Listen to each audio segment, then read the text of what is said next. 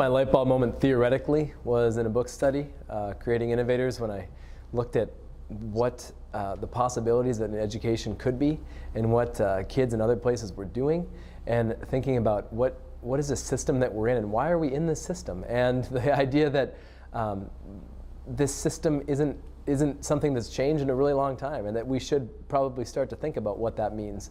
And do we need to have a completely new system? So that's theoretically that's where it was. And then when I started with kids, looking at some of the possibilities when you gave them some creative freedom, some possibilities for having them solve problems, of diving into a problem and then and failing a little bit and coming up with and recommitting themselves to finding answers to their problems and solving them and producing them in public ways. That's when light bulb came on as this is what needs to happen, because kids need the opportunity to have their life start now and not to wait until they finish with high school or until they move on to the next level.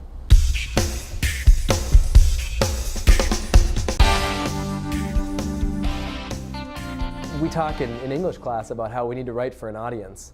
Well, when the girls who worked on a sexual assault grant to bring books into our school, that wrote a grant that they were asking for $20,000, when they were told that in revision, when they were told that their proposal didn't quite match with what the grant was asking them to discuss, they had to spend 6 hours revising during the school day and skipping classes to do it.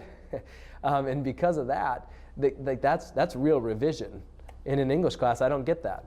It's tough for them to revise when it's only for me. And so I think that when they see relevance in the skills and the necessary in learning parts, but then they're also developing skills of collaboration and communication that go beyond the classroom. And that's the biggest key, because they see that there's an audience available that is beyond the teacher or the school, and they can go out and do something there.